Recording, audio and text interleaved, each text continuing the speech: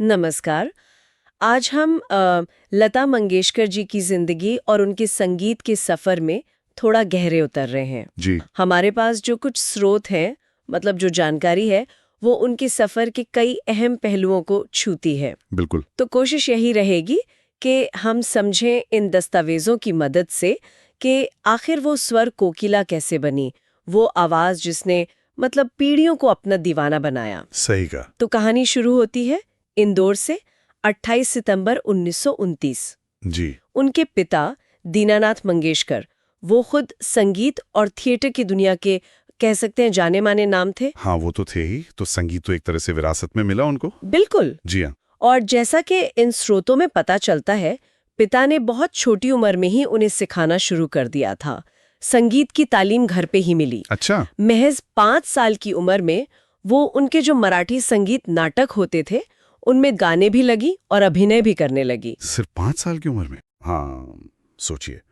लेकिन फिर 1942 में जब लता जी सिर्फ 13 बरस की थी, उनके पिता का अचानक निधन हो गया। ओह। और ये उनके लिए और पूरे परिवार के लिए मतलब एक बहुत बड़ा धक्का था, जाहिर है। हाँ। और बस वहीं से कह सकते हैं कि जिम्मेदारियों का बोझ और जो संघर्ष का एक नया दौर था, वो शुरू हुआ। हाँ, ये शुरुआती सफर वाकई मतलब आसान नहीं था। स्रोत भी यही बताते हैं। जी। परिवार चलाने के लिए उन्हें बहुत छोटी उम्र में ही काम करना पड़ा, अभिनय भी, गायन भी। यहाँ तक कि उनकी पहली मराठी फिल्म थी किटी हसाल 1942 में।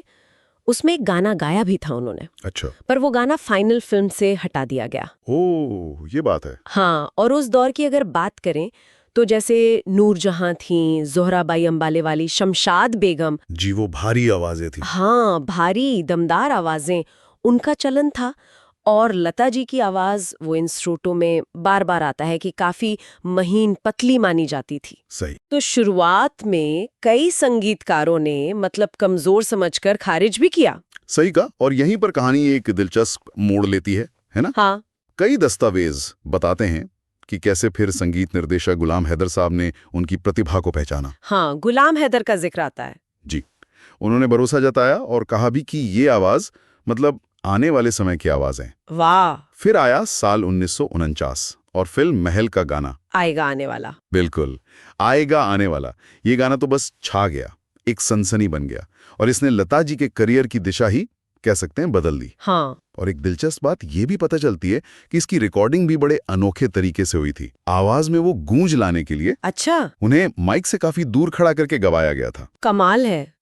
तो आएगा आने वाला के बाद तो उन्होंने पीछे मुड़कर नहीं देखा। बिल्कुल नहीं। 1950 के दशक से लेकर अगले कई दशकों तक उन्होंने भारतीय संगीत पर राज किया। जी। और ये आंकड़ा जो मिलता है स्रोतों में कि 36 से ज्यादा भाषाओं में हजारों गाने। हजारों, शायद 30,000 से भी ज्यादा का अनुमान है। सोचिए, ये वाकई हैरान करने वाला है।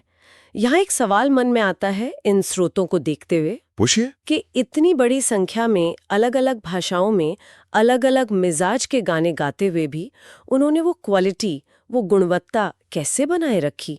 क्या स्रोत इस पर कुछ बताते हैं? हाँ, ये बहुत अहम सवाल है और स्रोत इस बात पर काफी जोर देते हैं कि देखिए, प्रतिभा तो थी ही, बेमिसाल थी, लेकिन उसके साथ साथ उनका जो अनुशासन था, अनुशासन, हाँ। और रियाज, वो कमाल का था। वो रिकॉर्डिंग के लिए, जैसा आपने कहा, हमेशा वक्त से पहले पहुंचती थी। गाने के बोल, उसकी धुन, उसके भाव को पूरी तरह समझकर, महसूस करके ही गाती थी। अच्छा। और उनकी आवाज की खासियत क्या थी? एक तो वो नैसर्गिक मिठास, हाँ। सुरों की अचूक शुद्धता, मतलब परफेक्ट पिच, और फिर भावनाओं को आवाज से बयां करने की वो अद्भुत क्षमता। बिल्कुल।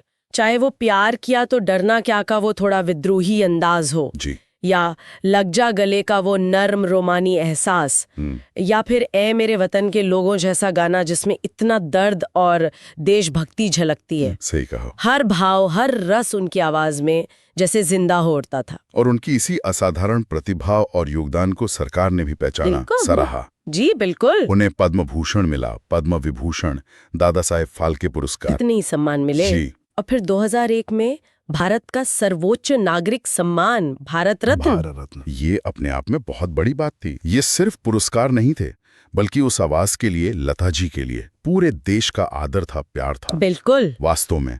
और 6 फरवरी 2022 को जब उनका निधन हुआ, तो ऐसा लगा जैसे संगीत के एक युग का अंत हो गया। हाँ, एक खालीपन सा महसूस हुआ। लेकिन भारत की स्वर कोकिला के रूप में वो हमेशा अमर रहेंगी। उनका जीवन सिर्फ एक महान गायिका की कहानी नहीं है। नहीं, ये कहानी है, जैसा कि स्रोत बताते हैं, अटूट लगन की, संघर्षों पर जीत हासिल करने की और संगीत के प्रति उनके पूर्ण समर्पण की। सही। उन्होंने भारतीय पार्श्व गायन को, जिसे प्लेबैक सिंगिंग कहते हैं, उसको नई ऊंचाइयों तक पहुंचाया, उसे दुनिया भर में सम्मान दिलाया। तो इन सब स्रोतों से लता मंगेशकर जी के सफर को जब हम देखते हैं ना, हाँ, तो एक बात तो साफ नजर आती है। क्या? कि जब असाधारण प्रतिभा के साथ कड़ी मेहनत और समर्पण मिलते हैं ना, हाँ, तो सफलता की एक ऐसी कहानी लिखी जाती है जो आने वाली पीढ़ियों को प्रेरणा देती है। बिल्कुल। उनकी विरासत तो अब भारतीय संगीत और हमारी संस्कृति का एक अटूट हिस्सा बन चुकी है। हाँ, वो तो है ही।